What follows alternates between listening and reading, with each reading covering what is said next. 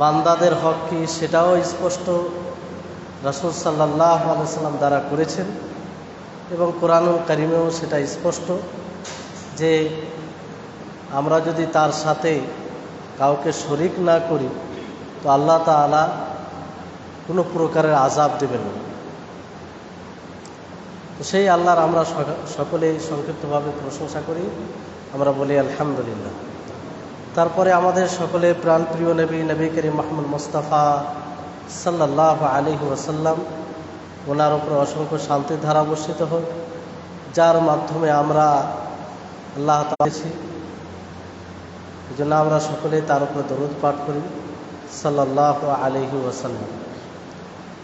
সম্মানিত উপস্থিতিগণ, আপনারা সকলেই জানেন যে আজকে আমার আলোচ্য বিষয় হচ্ছে আল্লাহর প্রতি বান্দার হক কি। আল্লাহর প্রতি বান্দার হক কি, এই কথাটি যদি মানুষের ক্ষেত্রে বলা যায় যে কোনো মানুষের কারো প্রতি হক অধিকার, তো সেখানে এটা জরুরি আবশ্যিক মনে করা হয় যে সেটা তাকে করতে হবে, তার অধিকার। কিন্তু আল্লাহর ক্ষেত্রে যখন আমরা বলবো যে কিংবা হাদিসে এসেছে যে বান্দার আল্লাহর প্রতি, আল্লাহর উপরে বান্দাদের হক, এটার অর্থ হচ্ছে যে আবশ্যিক হিসাবে নয়। বান্দার হক এটা তার রহমত, তার দয়া, এটা আবশ্যিক বিষয় নয় যে আল্লাহ তাআলাকে এটা করতেই হবে এরকম কোনো বিষয়। তবে আল্লাহ তাআলা করবেন, তিনার সত্তা তিনি ওয়াদা করেছেন করবেন, কিন্তু করতেই হবে এরকম বিষয় না। যেমন আল্লাহ তাবারক ওয়া তাআলা একটি আয়াতে বলেন, সূরা আনআমের 54 নম্বর আয়াতে, কাতাবা রাব্বুকুম আলা নাফসিহির রাহমা, যে তোমাদের রব নিজের নফসের উপরে রহমতকে আবশ্যিক করেছেন, লিপিবদ্ধ করেছেন। তো আল্লাহ তাবারক ওয়া তাআলা দয়া করবেন, তিনি নিজেই বলেছেন, কিন্তু তিনি দয়া করবেন এটা আবশ্যিক ওনার উপরে নয়। ওনার উপরে আবশ্যিক নয় যে করতেই হবে। যেমন আল্লাহ তাবারক ওয়া তাআলার অধিকার আমাদের উপরে কি রয়েছে যে আমরা তার সাথে কাউকে শরীক করব না, তারই আমরা ইবাদত করব, এটা আমাদের উপর আবশ্যিক, এটা করতেই হবে। মানে এখানে কোনো ছাড় নেই, আবশ্যিকভাবে এটা করতে হবে। কিন্তু আমাদের অধিকার আল্লাহর উপরে যেটা রয়েছে এটা আবশ্যিক নয়, জরুরি নয়। যেটা করবেন আল্লাহ তাআলা, তার এটা বিশেষ রহমত, বিশেষ দয়া। এই আকীদা ধারণা আমাদের মধ্যে থাকতে হবে। অনেক সময় আমরা এই বাক্য বুঝি শুনি যখন, তখন মনে করি যে আল্লাহ তাআলা মানে আল্লাহ তাআলার উপরে সেরকমভাবে এটা জরুরি যেমনভাবে কোনো মানুষের উপরে জরুরি হয়। তো বিষয়টি এমনটা নয়। তার কারণ হচ্ছে আপনারা বুঝতে পারবেন যে আল্লাহ তাবারক ওয়া তাআলার দয়া প্রাধান্যতা পেয়েছে সব জায়গায়। যেমন একটি হাদিসে বলা হয় যে ইন্নাল্লাহা কাতাবা কিতাবান ক্বাবলা আন ইয়াখলুকাল খালক, আল্লাহ তাবারক ওয়া তাআলা মখলুক সৃষ্টির পূর্বেই লিপিবদ্ধ করেন।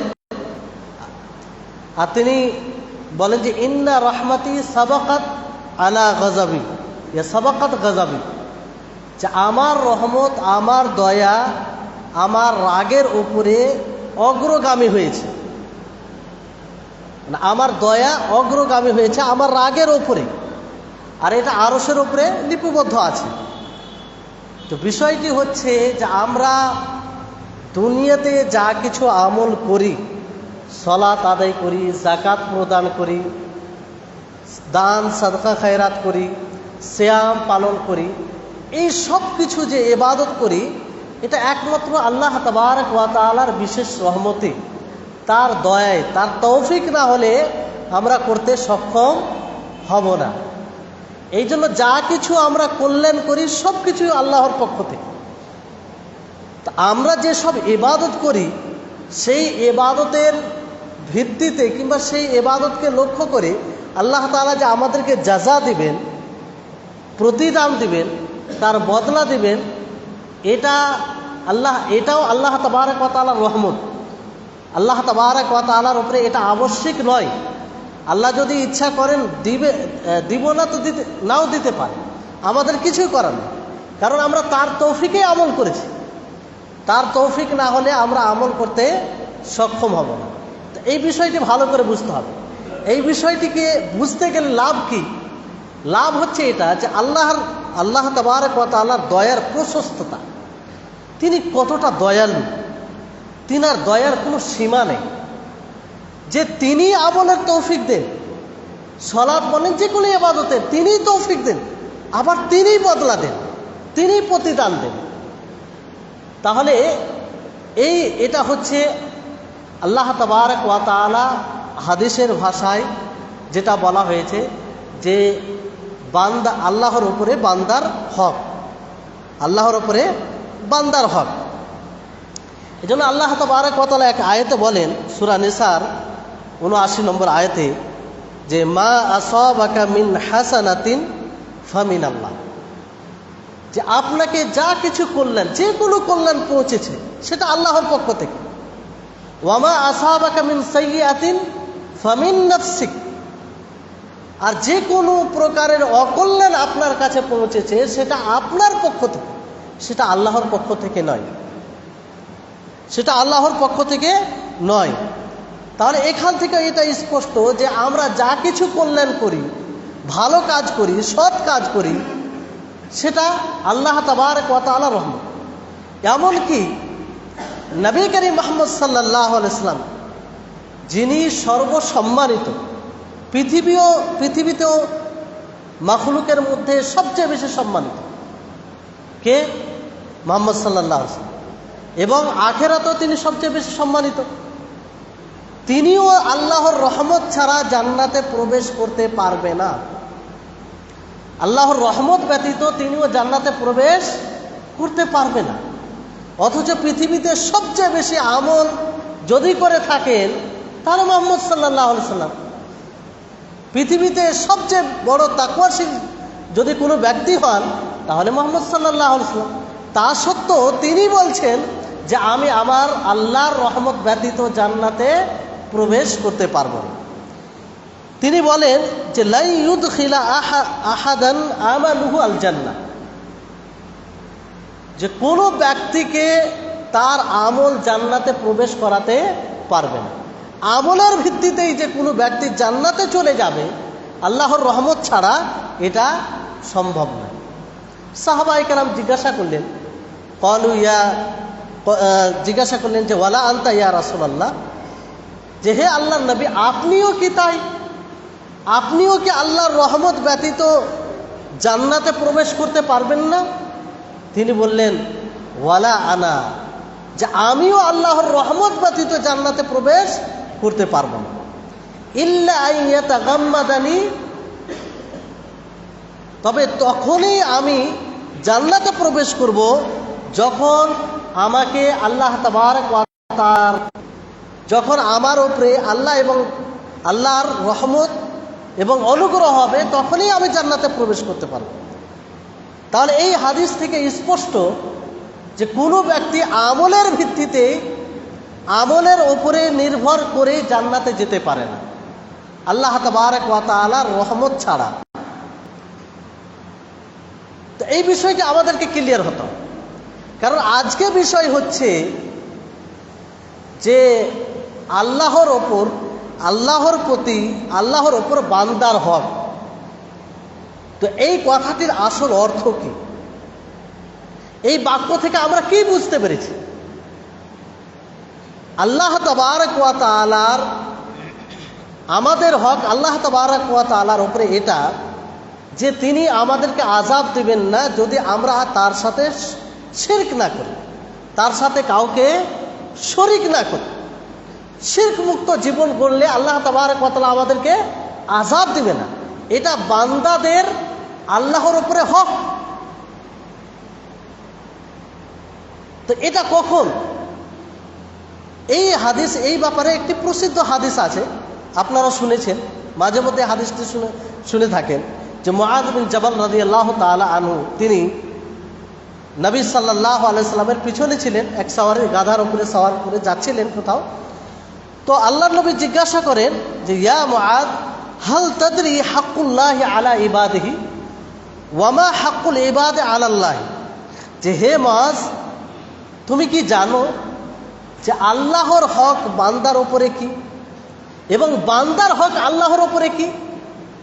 তো মুআয বিন জাবাল রাদিয়াল্লাহু তাআলা আনহু তিনি বললেন যে এই ব্যাপারে আল্লাহ এবং তার রাসূলই অধিক জানেন, ভালো জানেন। তখন আল্লাহ নবী বললেন যে ফাইন্না হাক্কাল্লাহি আলাল ইবাদি আন ইয়াবুদুহু ওয়া লা ইউশরিকু বিহি শাইয়ান, যে বান্দার উপরে আল্লাহর হক হচ্ছে যে বান্দা, সমস্ত বান্দা আল্লাহ তাবারক ওয়া তাআলার তারই ইবাদত করবে, তার সাথে কাউকে শরীক করবে না, শিরক করবে না, আল্লাহর একত্ববাদকে স্বীকার করবে, সর্বপ্রকারের ইবাদত তার জন্যই করবে এবং বাকি বাতিল মাবুদকে বর্জন করবে। এটা হচ্ছে আল্লাহ তাবারক ওয়া তাআলার অধিকার বান্দার উপর। তারপরে বান্দার অধিকার আল্লাহর উপরে কি? নবী করিম মুহাম্মদ সাল্লাল্লাহু আলাইহি সাল্লাম বললেন ওয়া হাক্কুল ইবাদি আলাল্লাহি আল্লা ইউআযযিবা মান লা ইউশরিক বিহি শাইয়ান, বান্দার হক আল্লাহর উপরে হচ্ছে যে আল্লাহ তাবারক ওয়া তাআলা ওই ব্যক্তিকে, ওই বান্দাকে শাস্তি দিবেন না যে ব্যক্তি আল্লাহর সাথে কাউকে শরীক করেন। আল্লাহর সাথে শরীক করেন না বলতে বুঝেন তো, মানে যেই ইবাদত আল্লাহর জন্য করার দরকার সেই ইবাদত আপনি অন্য কারোর জন্য করলেন। সালাত পড়তে হবে কার জন্য? আল্লাহর জন্য। আপনি যদি অন্য কারোর জন্য করেন তাহলে এটা শিরক হবে কি হবে না? যাকাত দিতে হবে কাকে খুশি করার জন্য? আল্লাহ তাবারক ওয়া তাআলাকে খুশি করার জন্য। যদি আপনি অন্য নিয়তে করেন তাহলে এটা শিরক হবে। তো যে কোনো ইবাদত, যে ইবাদত আল্লাহর জন্য করা দরকার, ইবাদত বলতে আল্লাহর জন্য করতে হবে, সেই জায়গায় যদি আপনি অন্য কারোর জন্য করেন তাহলে সেটাই শিরক হবে। তো এই শিরক যদি আমাদের মধ্যে না থাকে তাহলে আল্লাহ তাআলা আমাদেরকে শাস্তি দিবেন না, এটা আমাদের আল্লাহর উপরে অধিকার। তখন মুআয বিন জাবাল রাদিয়াল্লাহু তাআলা আনহু তিনি বলেন যে হে আল্লাহর রাসূল আফালা উবাশশিরু বিহিন নাস, যে এই কথার কি আমি সুসংবাদ মানুষকে দিব না? তো আল্লাহর নবী বললেন যে না, তাদেরকে তুমি এই সুসংবাদ এইভাবে দিও না, কারণ তারা এর উপরে ভরসা করে বসবে, এটাই মনে করবে যে আল্লাহর সাথে শরীক না করলে আল্লাহ তাআলা তাদেরকে শাস্তি দিবেন। তো এখানে এই যে এতগুলো কথা বললাম, এই কথা বলার উদ্দেশ্য হচ্ছে যে আমাদের আল্লাহর ওপরে যে হক অধিকার সেটা হচ্ছে আল্লাহ তাআলা আমাদেরকে শাস্তি দিবেন না যখন আমরা তার সাথে কাউকে শরীক করব না। আর এটা আল্লাহ তাবারক ওয়া তাআলার রহমত। এটা কি? রহমত, তার বিশেষ অনুগ্রহ, তার বিশেষ দয়া। আল্লাহ তাবারক ওয়া তাআলা যদি আমাদেরকে শাস্তি তারপরেও দেন তাহলে কিছু করার নেই, কিন্তু আল্লাহ তাআলা এরকম শাস্তি দিবেন না। তো এটা আল্লাহ তাবারক ওয়া তাআলার বিশেষ রহমত, বিশেষ দয়া। তো এই দয়া পাওয়ার জন্য আমাদেরকে কি করতে হবে? আল্লাহ তাবারক ওয়া তাআলা দয়া আমাদের উপরে কবে করবেন? কি গুণ থাকলে আমাদের উপরে আল্লাহ তাআলা দয়া করবেন? কি গুণ থাকলে আল্লাহ তাবারক ওয়া তাআলা, নবী করিম মুহাম্মদ সাল্লাল্লাহু আলাইহি ওয়াসাল্লাম যে হাদিসের মধ্যে বলেন যে বান্দার হক আল্লাহর উপরে, যে আল্লাহ তাআলা সে বান্দাকে শাস্তি দিবে না যে আল্লাহর সাথে শরীক করে না। তো এখানে একটা মৌলিক বিষয় বলা হয়েছে যে আল্লাহর সাথে শরীক না করা, কিন্তু আরো কিছু আমল আছে তার সাথে সাথে, যে আমলগুলি করলে আল্লাহ তাবারক ওয়া তাআলা আমাদের উপরে দয়া করবেন, কৃপা করবেন। আল্লাহ তাবারক ওয়া তাআলা সূরা আরাফের 156-57 নম্বর আয়াতে বলেন, বিস্তারিতভাবে বলেন সেখানে যে কি কি গুণ থাকলে আল্লাহ তাবারক ওয়া তাআলা তার উপরে দয়া করবেন। কারণ আল্লাহর দয়া ব্যতীত কেউ জান্নাতে প্রবেশ করতে পারবে, এমনকি নবী করিম মুহাম্মদ সাল্লাল্লাহু আলাইহি ওয়াসাল্লাম। তো সেই গুণগুলি কি? আল্লাহ তাবারক ওয়া তাআলা বলেন যে ওয়াকতুব লানা ফি হাযিহি দুনিয়া হাসানা ওয়াফিল আখিরাতি ইন্না হুদনা ইলাইকা, যে আমাদের জন্য লিখে দিন এই দুনিয়াতে কল্যাণ এবং আখিরাতও, এবং আমরা আপনার দিকেই প্রত্যাবর্তন করব, আপনার দিকেই ফিরে আসব। তারপর আল্লাহ তাআলা বলেন ক্বালা আযাবি উসিবু বিহি মান আশা, যে আমি যার উপরে ইচ্ছা করব তাকেই আমি আমার আযাব দেব, আমি আমার শাস্তি দেব, যাকে আমি ইচ্ছা করব। আল্লাহ তাআলা তারপরে বলেন ওয়া রাহমাতি ওয়াসিআত কুল্লা শাই, যে আমার রহমত, আমার দয়া, আমার কৃপা সমস্ত বিষয়কে পরিবেষ্টন করে আছে, সমস্ত বিষয়ের উপরে আমার দয়া রয়েছে। তারপর আল্লাহ তাআলা বলেন ফাসআকতুবুহা, যে আমি সেই রহমতকে লিপিবদ্ধ করেছি, তাদের জন্য নির্ধারণ করেছি। তারা কারা? আল্লাহ তাআলা বলেন যে লিল্লাযীনা ইয়াত্তাকুন, তাদের জন্য যারা আল্লাহর তাকওয়া অবলম্বন করে, যারা আল্লাহর ভয় ভীতি অবলম্বন করে, যারা আল্লাহকে ভয় করে। তাহলে প্রথম গুণ হচ্ছে তাকওয়া অবলম্বন করা। যদি আমরা তাকওয়া অবলম্বন করি তাহলে আল্লাহ তাবারক ওয়া তাআলার রহমত আমাদের উপরে হবে, আল্লাহ তাবারক ওয়া তাআলা আমাদের উপরে দয়া করবেন, আমাদের জন্য এই দয়াকে আল্লাহ তাআলা লিপিবদ্ধ করে দিবেন, নির্ধারিত করে দিবেন। আল্লাহ তাআলা নিজেই বলছেন যে আল্লাহ তাআলা বলছেন ফাসআকতুবুহা, যে আমি তাকে নির্ধারণ করে দিচ্ছি তাদের জন্য যারা তাকওয়া অবলম্বন। তাকওয়ার ব্যাপারে তো আমরা সকলেই জানি। তাকওয়া কাকে বলে? তাকওয়া এমন একটি গুণ, যে গুণ আপনাকে পৃথিবীর যে কোনো জায়গায় শরীয়ত বিরোধী কাজ থেকে বাধা দেবে আপনাকে। যখনই আপনি কোনো গুনার কাজ করতে যাবেন, যখনই আপনি শরীয়ত বিরোধী কাজ করতে যাবেন, তখনই আপনার মধ্যে, আপনার হৃদয়ে যদি আল্লাহর ভয় থাকে, তাকওয়া থাকে, তাহলে আপনাকে বাধা দেবে। আপনি একাকী থাকেন, সমাবেশে থাকেন, যেখানেই থাক না কেন, এই তাকওয়া শুধু মসজিদে, মাদ্রাসায়, ইবাদতের জায়গায় শুধু আপনাকে শরীয়ত বিরোধী কাজ থেকে বিরত রাখবে তা নয়। তাকওয়া আপনাকে সমস্ত জায়গায় শরীয়ত বিরোধী কাজ থেকে বিরত রাখবে। তো এই তাকওয়া যদি অবলম্বন করি তাহলে মনে রাখবেন আল্লাহ তাবারক ওয়া তাআলার রহমত আমাদের উপরে হবে। নবীর ভাষায় যেটা আমরা জানতে পেরেছি যে আমাদের অধিকার আল্লাহর উপরে, এটা যে তিনি আমাদেরকে শাস্তি দিবেন না, এটা তখনই সম্ভব যখন আমরা তার সাথে কাউকে শরীক করব না এবং তাকওয়া অবলম্বন করব, পরহেজগার হব। পৃথিবীর সর্বত্র জায়গায়, সর্বত্রে আমরা আল্লাহকে ভয় করব। দ্বিতীয় গুণ আল্লাহ তাবারক ওয়া তাআলা বলেন যে ওয়ায়ুতুনা যাকাত, যাকাত প্রদান করবে। যাকাত যারা দিবে তাদের উপরে, তাদের জন্য আল্লাহ তাবারক ওয়া তাআলা রহমতকে নির্ধারণ করেছেন, তাদের উপর আল্লাহ তাআলা দয়া করবেন। কিন্তু এই যাকাত আমরা কজন দিই? সমাজে যদি এই বিষয়কে সামনে রেখে তাকানো যায় তো বড় দুঃখ হয়।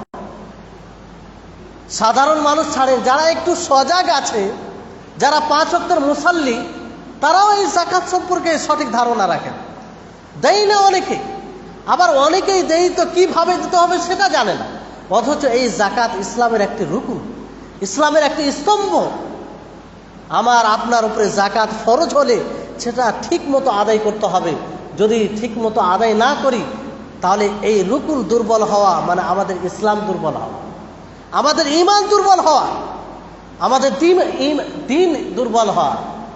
তাহলে এই যাকাত প্রদান, যাকাত সঠিক মতো যদি আমরা আদায় করি তাহলে আল্লাহ তাবারক ওয়া তাআলার রহমত আমাদের উপরে বর্ষণ হবে। তৃতীয় যে গুণটি আল্লাহ তাবারক ওয়া তাআলা বলেন ওয়াল্লাযীনা হুম বিআয়াতিনা ইউমিনুন, যে তারা কি করবে? আল্লাহর নিদর্শন সমূহের প্রতি ঈমান নিয়ে আসবে, ঈমান আনবে। আল্লাহর নিদর্শন সমূহ, আল্লাহর আয়াতের উপরে।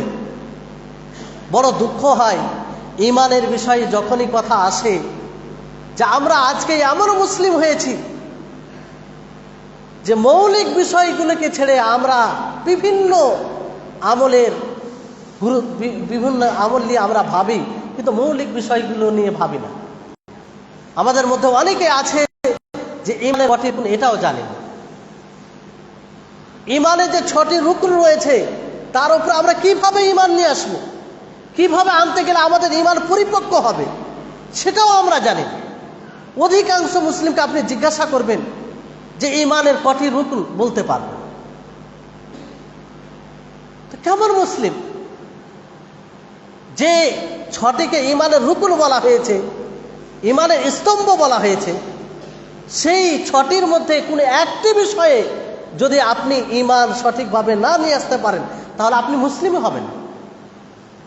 একটির বিষয়ে যদি সঠিক ধারণা না থাকে তাহলে আপনি মুসলিমই হতে পারেন। এই 6টি বিষয়ে আপনাকে সঠিক ধারণা রাখতে হবে। তাহলে যদি আমরা সত্যিকারে আল্লাহর রহমত পেতে চাই, আল্লাহর কৃপায় জান্নাতে যেতে চাই, যার কৃপা ছাড়া, যার দয়া ছাড়া আমরা জান্নাতে যেতে পারি না, যার দয়া ছাড়া তার আযাব থেকে আমরা মুক্তি লাভ করতে পারি না, সেই দয়া পাওয়ার জন্য আমাদেরকে কি করতে হবে? যে বিষয়গুলোর উপরে ঈমান নিয়ে আসার প্রয়োজন, ঈমান নিয়ে আসতে হবে। তারপরে আল্লাহ তাবারক ওয়া তাআলা বলেন যে রাসূলের অনুসরণ করা, রাসূলের আনুগত্য করতে হবে। রাসূলের আনুগত্য আপনি অন্ধভাবে করতে পারেন। যখনই আমার নিকটে রাসূলের কোনো হাদিস পৌঁছে যাবে, রাসূলের কোনো কথা এসে যাবে, যদিও আমরা আমল তার বিপরীত করে থাকি আর বহুদিন থেকে করে থাকি, রাসূলের কথা আসা মাত্রই ছেড়ে দেওয়া, এটাই হচ্ছে রাসূলের আনুগত্যের একটি অন্যতম দিক। তা আমরা যদি সত্যি আল্লাহর রহমত পেতে চাই তো রাসূলের পুরোপুরি আনুগত্য করতে হবে।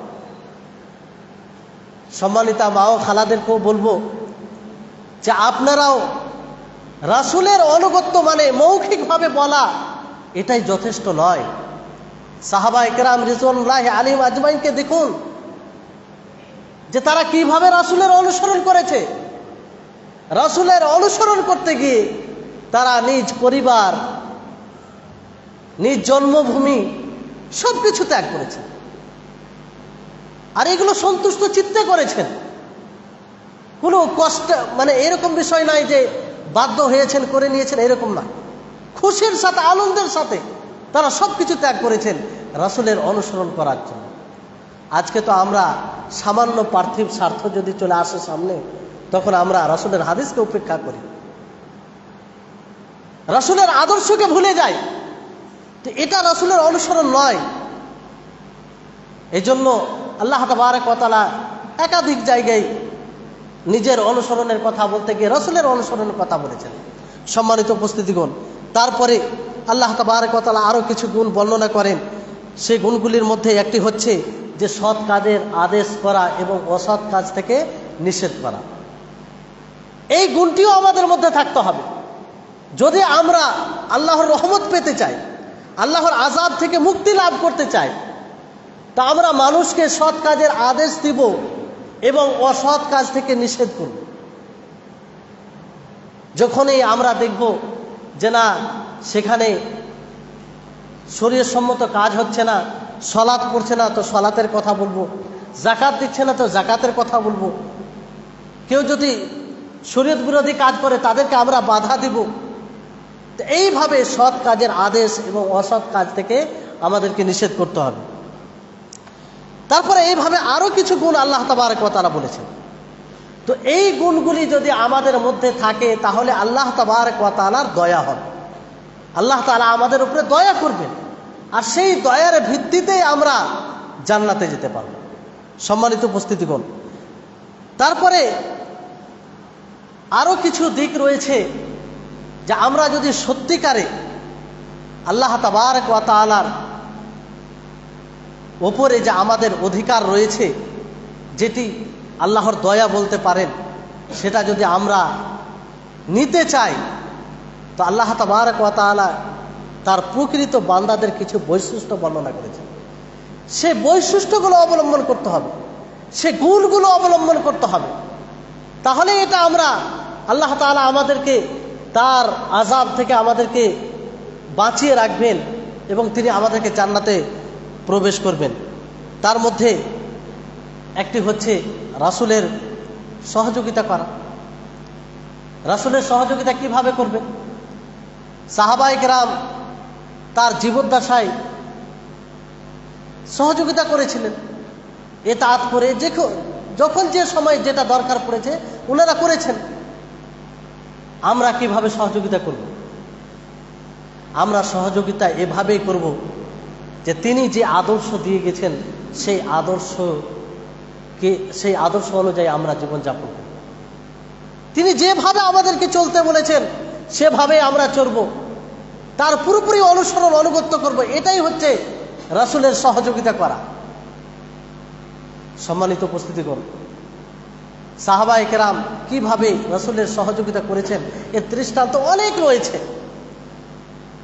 আলী রাদিয়াল্লাহু তাআলা আনহুকে দেখুন, যে সময় মক্কার মুশরিকরা, মক্কার কাফিররা নবী করিম মুহাম্মদ সাল্লাল্লাহু আলাইহি সাল্লামকে হত্যা করার জন্য পরিকল্পনা করেন, সিদ্ধান্ত নেন যে আজকে রাত্রে তাকে শেষ করে দেওয়া হবে। নবী জানেন যে ওনার উপর আক্রমণ হবে, এই জন্য তিনি আলী রাদিয়াল্লাহু তাআলা আনহুকে বললেন যে তুমি আমার জায়গায় শুয়ে যাও। আলী রাদিয়াল্লাহু তাআলা আনহু জানতেন, তারপরও সেখানে শুয়েছেন। তিনি হয়তো এটাও ভেবেছিলেন যে আমি সকালে সূর্যের আলো নাও দেখতে পারি, আমার উপর আক্রমণ করতে পারে, নবী ভেবে আমাকে শেষ করে দিতে পারে। তারপরেও তিনি কিছুই মনে করেন, সেই জায়গায় তিনি শুয়েছিলেন। তো এরকম অনেক দৃষ্টান্ত আছে। তা আমরা রাসূলের সহযোগিতা করি তার ইতাআতের মধ্যে, তার ইতাআতের মাধ্যমে, অনুসরণের মাধ্যমে। সম্মানিত উপস্থিতিগণ, তারপরে আল্লাহ তাবারক ওয়া তাআলা তার প্রকৃত বান্দাদের বৈশিষ্ট্য বর্ণনা করতে গিয়ে বলেন যে তার প্রকৃত বান্দারা বিনম্রতার সাথে দুনিয়াতে চলবে, নম্রতা থাকবে, অহংকার থাকবে না, জাহেল মূর্খদের সাথে তর্কে তারা লিপ্ত হবে না। আল্লাহ তাআলা বলেন ওয়া ইবাদুর রহমানিল্লাযীনা ইয়ামশুনা আলাল আরদি হাওনা ওয়া ইযা খাতাবাহুমুল জাহিলুনা ক্বালু সালামা। যে আল্লাহর প্রকৃত বান্দা তারাই যারা এই জমিনে বিনম্রতার সাথে চলে, নম্রতার সাথে চলে। আর যখনই কোনো জাহিল মূর্খ তাদেরকে এমন কথা বলে, কটু কথা বলে, তার প্রকৃত বান্দাদের গুণ বর্ণনা করছেন ওয়া ইবাদুর রহমানিল্লাযীনা ইয়ামশুনা আলাল আরদি হাওনা। তা বিনম্রতা আমাদের মধ্যে আছে কি? অহংকার তো নেই। যদি অহংকার থাকে সেটাকে দূর করতে হবে, তাহলে আমরা আল্লাহর দয়ার উপযুক্ত হব। আল্লাহ তাআলা আমাদেরকে তার শাস্তি থেকে বাঁচাবেন। তারপরে তার প্রকৃত বান্দাদের একটি বৈশিষ্ট্য তাহাজ্জুদ সালাত আদায় করা। তাহাজ্জুদ সালাত আদায় করতে হবে, প্রতিদিন না হলেও মাঝে মধ্যে করতে হবে। আল্লাহ তাবারক ওয়া তাআলা বলেন ওয়াল্লাযীনা ইয়াবিতুনা লিরাব্বিহিম সুজদান ওয়া কিয়ামা। যে আল্লাহর প্রকৃত বান্দা তারা আল্লাহর জন্য, তাদের প্রতিপালকের জন্য রাত্রির সময় অতিবাহিত করবে সাজদারত অবস্থায়, কিয়ামরত অবস্থায়। বৈশিষ্ট্য সমূহের মধ্যে একটি বৈশিষ্ট্য যে আল্লাহর কাছে দোয়া করবে এবং তার জাহান্নামকে স্মরণ করে ভয় করবে। যখন এই জাহান্নামের কথা আসবে হৃদয়ে কম্পন চলে আসবে, শরীরে কম্পন চলে আসবে, এতটা জাহান্নামের প্রতি বিশ্বাস হবে। কারণ আল্লাহ তাবারক ওয়া তাআলা জাহান্নামের ব্যাপারে কোরআন ও হাদিসে, কোরআনে অসংখ্য আয়াতে আল্লাহ তাআলা বলেছেন তার ভয়াবহতা, এতটাই ভয়াবহতা যে আপনি কল্পনা করতে পারি না। তো সেই জাহান্নামকে স্মরণ করে ভয় করতে হবে এবং সেই জাহান্নাম থেকে আশ্রয় চাইতে হবে আল্লাহ তাআলা। আল্লাহর প্রকৃত বান্দারা এটাই করে। আমরা কি রাত্রে উঠে কখন আল্লাহর কাছে দোয়া করি? কখনো আল্লাহকে বলি হে আল্লাহ, আমরা গুনাহগার বান্দা, আমরা পাপী বান্দা। ইচ্ছা করেও কখনো গুনাহ হয়ে যায়, আর ইচ্ছা না করেও গুনাহ হয়ে যায়। তুমি আমাদেরকে ক্ষমা করো, তুমি তোমার জাহান্নাম যেটা অপরাধীদের জন্য তৈরি করেছো, সেই জাহান্নাম থেকে আমাদেরকে তুমি রক্ষা করো। রাত্রে কোন সময় উঠে দোয়া করি? এই গুণের অভাব আমাদের সমাজে, আমাদের সকলের মাঝে। আমরা হয়তো বাহ্যিক আমল যেগুলো করি, কিন্তু এরকম খুব কম লোক আমাদের মধ্যে আছে যে রাত্রে উঠে তাহাজ্জুদের সালাত আদায় করবে, আল্লাহকে ডাকবে, নিজের মুক্তির জন্য আল্লাহর কাছে দোয়া করবে। কিন্তু আল্লাহ তাআলা প্রকৃত বান্দাদের সংজ্ঞা দিচ্ছেন, তাদের গুণ বর্ণনা করছেন, যে আল্লাযী, তাদের গুণ বর্ণনা করছেন যে তারা এইভাবে দোয়া করবেন যে যে রব্বানা সরিফ আন্না আযাবা জাহান্নাম ইন্না আযাবাহা কানা গরামা।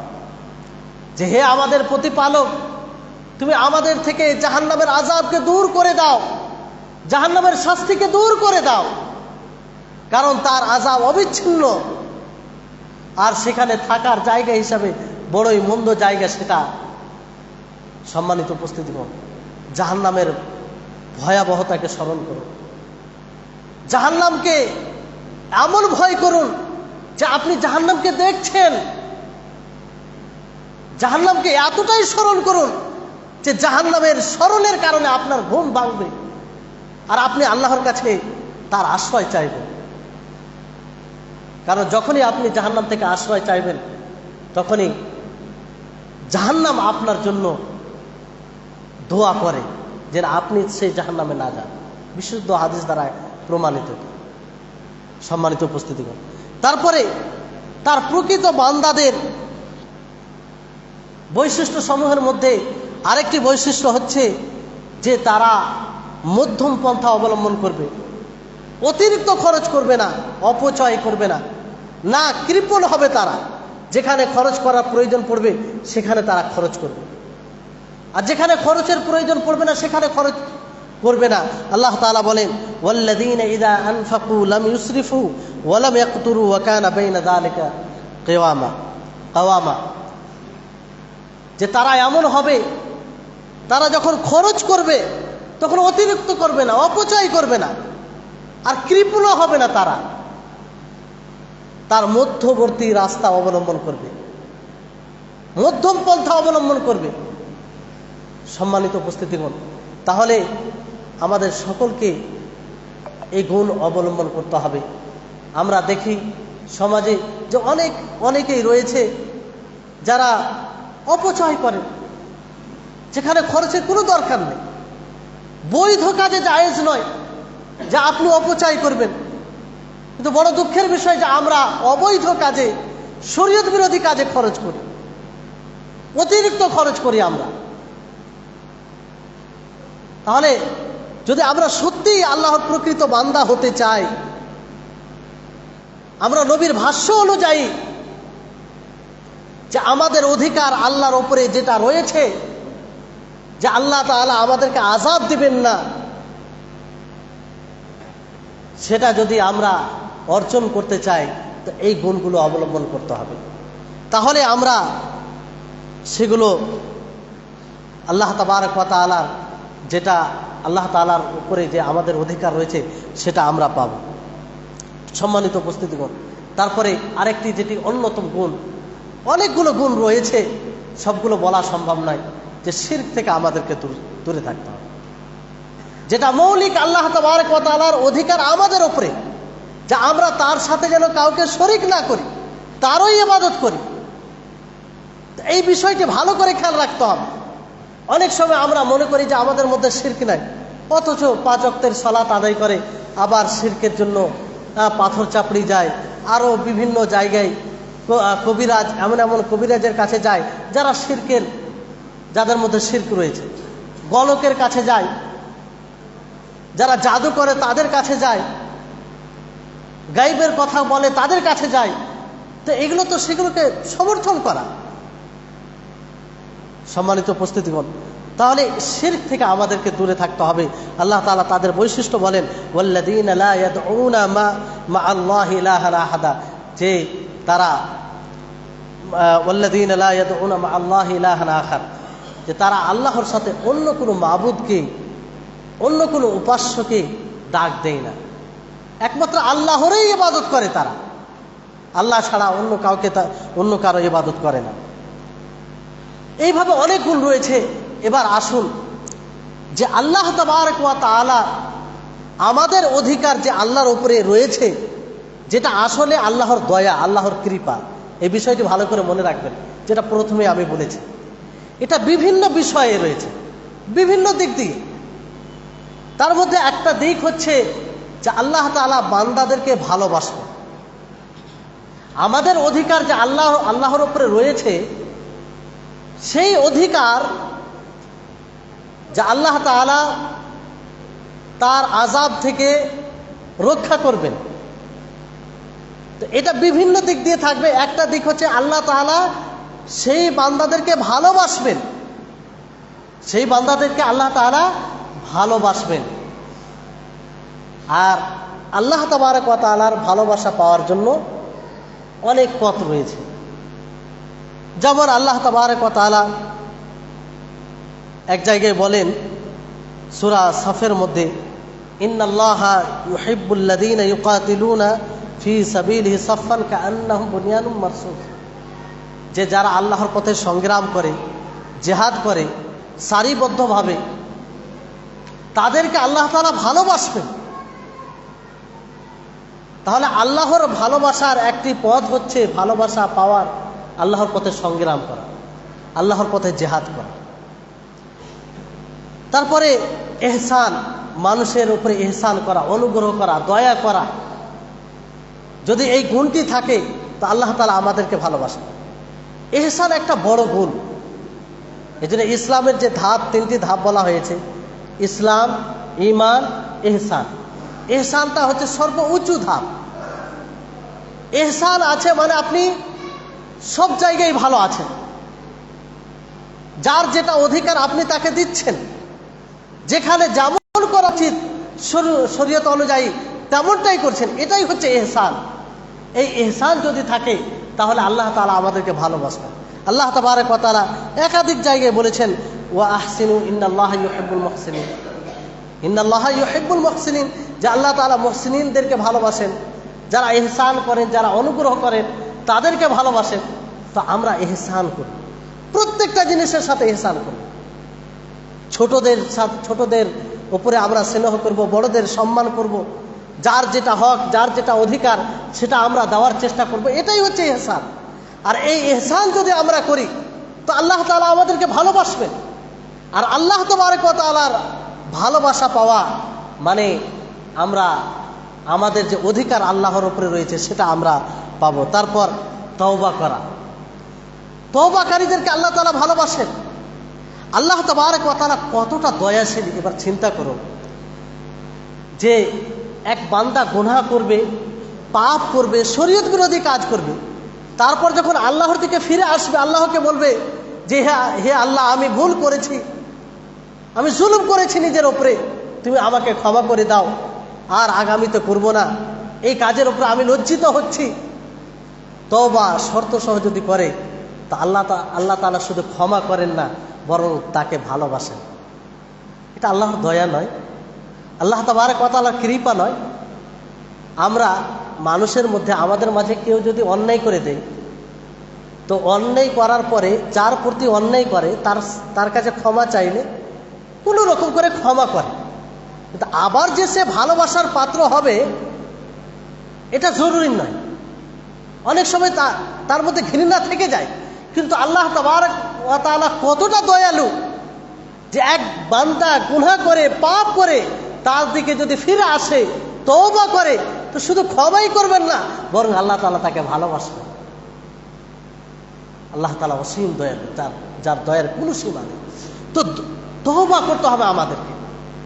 যখনই গুনাহ হবে, পাপ হবে, আমরা তওবা করব। তওবার শর্ত রয়েছে, সেই শর্ত সহ আমরা তওবা করব।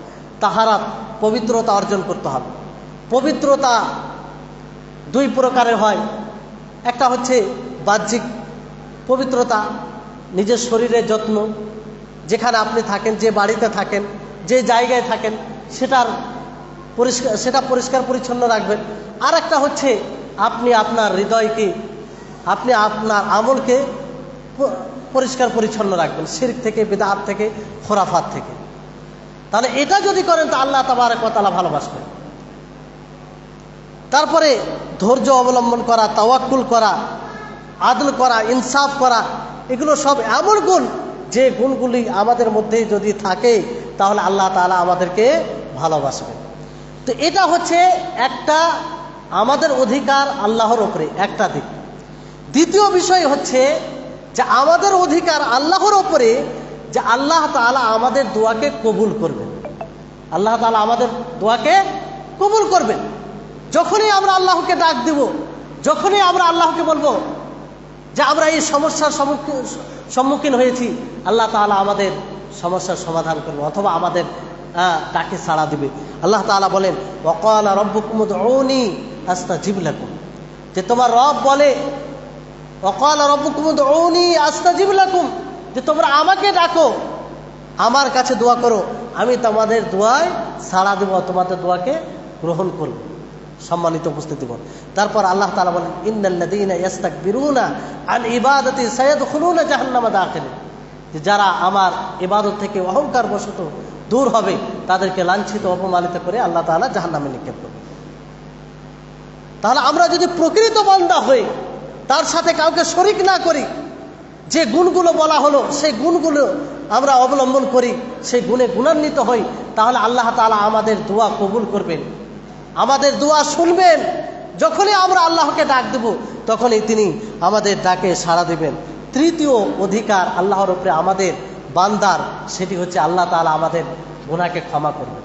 কি করবেন? আল্লাহ তাআলা আমাদের গুনাহকে ক্ষমা করবেন, বান্দার গুনাহকে ক্ষমা করবেন। শর্ত কি? শর্ত হচ্ছে যে আমরা সঠিক মতো ঈমান নিয়ে আসব, সৎ কর্ম করব। ঈমান এবং আমল এই দুটি বিষয়কে বুঝার আছে। এই জন্য আল্লাহ তাআলা যেখানে ঈমানের কথা বলেছেন সেখানেই সৎকর্মের কথা বলেছেন, যেখানেই ঈমানের কথা বলেছেন সেখানেই আমালে সালেহের কথা বলেছেন। তার মানে ঈমান যদি আপনার মধ্যে থাকে তা আবশ্যিকভাবে সৎ আমল আপনার মধ্যে থাকতেই হবে। আর সৎ আমল কাকে বলে? সৎ আমল তখনই হবে যখন আপনার আমলের মধ্যে দুটি বিষয় পাওয়া যাবে। এগুলো চর্চা করা দরকার, আমাদেরকে নিজের আমল নিয়ে ভাবা দরকার। সৎ আমল তখনই হবে যখন আমাদের আমলের মধ্যে দুটি বিষয় পাওয়া যাবে। একটি হচ্ছে যখন আমাদের আমল একমাত্র আল্লাহর জন্য হবে। কার জন্য হবে? আল্লাহর জন্য হবে। দ্বিতীয় বিষয় হচ্ছে যে সেই আমলটি নবী করিম মুহাম্মদ সাল্লাল্লাহু আলাইহি সাল্লামের পদ্ধতি অনুযায়ী হবে। নবী সাল্লাল্লাহু আলাইহি সাল্লাম যেভাবে করেছেন সেভাবে আমাদেরকে করতে হবে। তাহলে এই দুটি বিষয় থাকলে সৎ আমল হবে, নচেত সৎ আমল হবে না। পাহাড় সমতুল্য ইবাদত যদি করে নেন আর এই দুটি বিষয় আপনার আমলে না পাওয়া যায় তাহলে সেই আমলের কোনো মূল্য নেই। সম্মানিত উপস্থিতিগণ, আল্লাহ তাবারক ওয়া তাআলা বলেন ওয়া'আদাল্লাহু আল্লাযীনা আমানু ওয়া আমিলুস সালিহাতি মিনহুম মাগফিরাতান ওয়া আজরান আযীমা, যে আল্লাহ তাআলা ওয়াদা করেছেন তাদের সাথে যারা ঈমান এনেছে এবং সৎকর্ম করেছে, যারা ঈমান এনেছে এবং সৎকর্ম করেছে, যে আল্লাহ তাআলা তাদেরকে ক্ষমা করবেন এবং বড় পুরস্কার দান, তাদেরকে পুরস্কার করবেন। সম্মানিত উপস্থিতি, তারপরে যদি আল্লাহর উপরে আমাদের অধিকার, সেটা হচ্ছে আল্লাহ তাআলা মুত্তাকিনদের, যারা মুত্তাকি পরহেজগার, তাদেরকে জান্নাতে প্রবেশ করবে। যদি আমরা মুত্তাকি হই, পরহেজগার হই, আল্লাহর তাকওয়া অবলম্বন করি, সর্ব জায়গায় আল্লাহকে ভয় করি, তার ইতাআত করে এবং তার হারাম জিনিস থেকে বিরত থেকে, তাহলে আল্লাহ তাআলা আমাদেরকে জান্নাতে প্রবেশ করবে। এটা আল্লাহর ওপরে আমাদের অধিকার, তার মানে আল্লাহর দয়া, আল্লাহর কৃপা আমাদের। এই জন্য জান্নাতের ব্যাপারে সুস্পষ্টভাবে বলা হয়েছে যে এই জান্নাত তৈরি করা হয়েছে উইদ্দাত লিল মুত্তাকিন, যে এই জান্নাত একমাত্র মুত্তাকি যারা তাদের জন্য তৈরি করা হয়েছে। থেকে আমরা তাকওয়া অবলম্বন করতে পেরেছি? কতটা তাকওয়া এসেছে এটা আমরা সকলেই নিজে বুঝতে পারবো। এটা এমন বিষয় নয় যে আমরা বুঝতে পারবো না। আপনি যখন দেখবেন যে একাই আছেন, কোনো হারাম কাজ করার সুযোগ পাচ্ছেন, আর সব থেকে সহজ বিষয় এই যে এটা সবচেয়ে সহজ বিষয়, একাই আছেন, রুমে আছেন, বিশেষ করে যুব সমাজ, কেউ নেই, এই মোবাইলে সব কিছু পাওয়া যায়। আপনি সেই সময় আপনার তাকওয়া যদি বাধা দেয়, আপনার আল্লাহর প্রতি ভয় ভীতি যদি বাধা দেয়, যেখানে কেউ দেখছে না কিন্তু সেই মহান সত্তা দেখছে, তার দৃষ্টি থেকে আমরা ছুপিত নয়, আর সেই ভয় যদি আপনি বিরত থাকেন, তো এটাই হচ্ছে তাকওয়া, এটাই হচ্ছে তাকওয়া। এই তাকওয়া যদি চলে আসে, আর এই তাকওয়া আমাদেরকে শরীয়ত বিরোধী কাজ থেকে বাধা দেয় সব জায়গায়, তাহলে মনে করতে হবে যে তাকওয়া মুত্তাকি আমরা হতে পেরেছি, কিংবা মুত্তাকির আওতায় আমরা, তাকওয়ার আওতায় আমরা আসতে পেরেছি। সম্মানিত উপস্থিতি, তাহলে আল্লাহ তাবারক ওয়া তাআলার উপরে যে আমাদের অধিকার রয়েছে, হক রয়েছে, যদি আমরা তাকওয়া অবলম্বন করি তাহলে এটা আমরা পাবো। দ্বিতীয়, তারপরে আরেকটি আল্লাহর উপরে আমাদের হক যে আল্লাহ তাবারক ওয়া তাআলার সহচর্য। আল্লাহ তাআলা আমাদের সহযোগিতা করবেন সব দিক দিয়ে। যেমন একটি হাদিস আছে যে বান্দা নফল ইবাদত দ্বারা আল্লাহর নৈকট্য লাভ করতে থাকে, এমন একটা সময় আসে যে আল্লাহ তাআলা তাকে ভালোবাসেন, তার হাত হয়ে যায়, তার কর্ণ হয়ে যায়, যে কর্ণ দ্বারা সে শুনে, তার দৃষ্টি হয়ে যায়, যে দৃষ্টি দ্বারা সে দেখে। এটার অর্থ হলো এটাই যে সে কর্ণ দ্বারা সেগুলোই শুনে যেগুলো বৈধ, যেগুলো দ্বারা আল্লাহ তাআলা সন্তুষ্ট হবেন, এবং দৃষ্টি দ্বারা সেগুলোই দেখে যেগুলো দ্বারা আল্লাহ তাআলা সন্তুষ্ট হবে। তো এটা কখন? যখন আমরা আল্লাহ তাবারক ওয়া তাআলার প্রকৃত বান্দা হব। সম্মানিত উপস্থিতিগণ, এই বিষয়টি খুবই গুরুত্বপূর্ণ যে এখানে দুটি বিষয় রয়েছে। এক তো যে আল্লাহ তাবারক ওয়া তাআলার অধিকার আমাদের উপরে, সেটা হচ্ছে আল্লাহর সাথে শরীক না করা, তারই ইবাদত করা। যদি এটা আমরা পরিপূর্ণরূপে বাস্তবায়ন করতে পারি নিজের জীবনে, তাহলে পরবর্তী যেটা ধাপ আমাদের অধিকার আল্লাহর উপরে, সেটা বাস্তবায়ন হবে, সেটার আমরা উপযুক্ত হতে পারব। তো আল্লাহ তাবারক ওয়া তাআলার এটা একটা বিশেষ দয়া যে তিনি আমাদেরকে নেক কাজের, সৎ কাজের, ভালো কাজের তৌফিক দেন, আবার তিনি আমাদেরকে পুরস্কৃত করেন। তিনার তৌফিক ছাড়া এটা সম্ভব নয়। তিনার তৌফিক ছাড়া এটা আমরা কখনোই করতে পারি না, যে কোনো সৎ কাজ। আজকে যে আপনারা এখানে এই সভায় এসেছেন, কোরআন ও হাদিসের আলোচনা শুনছেন, এটা কার তৌফিকে? আল্লাহ তাআলা তৌফিক। আপনাদের মতো অনেকেই আছে বাইরে বসে সবাই পার করছে, কোনো কাজ নেই তাদের, ইচ্ছা করলে আসতে পারবে, কিন্তু তারা সেই উপযুক্ত হয়নি। আর মনে রাখবেন, যখনই আপনি কোনো সৎ কাজের তৌফিক পাবেন, করতে পারবেন, তখনই ভাববেন যে আল্লাহ তাআলা আপনাকে ভালোবাসেন। আল্লাহ তাআলার বিশেষ ভালোবাসা আপনার প্রতি রয়েছে। এত লোকের মাঝে আপনাকে তৌফিক দিয়েছেন, এত লোকের মাঝে আপনাকে বাছাই করেছেন। এই জন্য কখনো ভাববেন না যে এতগুলো লোক আছে, তারা কেউ আসে না, আমি মনে হয় কিছু বুঝি না, আমার মনে হয় কাজকর্ম নেই, এই জন্য 5 ওয়াক্তের সালাত আদায় করি, সৎ কাজ করি, মানুষকে ভালো কথা বলি, আর দিনী কাজে আমি সময় ব্যয় করি। এটা ভাববেন না। আপনি এই বলে, এই ধারণা করে আনন্দিত হবেন যে আল্লাহ তাআলা এত লোকের মাঝে আপনাকে সৎ কাজ করার তৌফিক দিয়েছেন, আপনি করতে পারছেন। এই জন্য সৎ কাজের তৌফিক পাওয়া এটা আল্লাহ তাবারক ওয়া তাআলার বিশেষ নেয়ামত। যে নেয়ামত পাওয়ার পরে আল্লাহ তাআলার শুকরিয়া জ্ঞাপন করা উচিত। তো যাই হোক, এই সময়ে আপনাদেরকে এই বিষয়টি বুঝাবার আমি চেষ্টা করলাম। আশা করি আপনারা বুঝতে পেরেছেন। আল্লাহ তাবারক ওয়া তাআলার নিকটে দোয়া করব, আল্লাহ যেন আমাদের সকলকে তার আমাদের যে অধিকার, নবী সাল্লাল্লাহু আলাইহি সাল্লামের ভাষ্য অনুযায়ী আমাদের অধিকার যে আল্লাহর উপরে যেটা রয়েছে, যেটা আল্লাহর প্রকৃত কৃপা দয়া, সেটা পাওয়ার জন্য যে গুণগুলি অবলম্বন করা উচিত, সেই গুণগুলো যেন আমরা অবলম্বন করতে পারি, সেই গুণে গুণান্বিত হতে পারি। আর সার্বিকভাবে ইসলামের যতগুলো বিধান রয়েছে সেই বিধানগুলি যেন আমরা পালন করতে পারি। আর আমাদের মধ্যে যারা ইসলাম থেকে দূরে রয়েছে, আল্লাহ যেন তাদেরকে ইসলামের কাছে করে, তাদেরকে ইসলামের সঠিক বুঝ দান করেন। এবং আমরা যারা রয়েছি, দুর্বল রয়েছি, আরও যেন আল্লাহ তাআলা আমাদেরকে ঈমানের দিক দিয়ে শক্তিশালী করেন। এখান থেকে আজকে আমি আমার আলোচনা শেষ করছি। ওয়া আখিরু দাওয়ানা আলহামদুলিল্লাহ।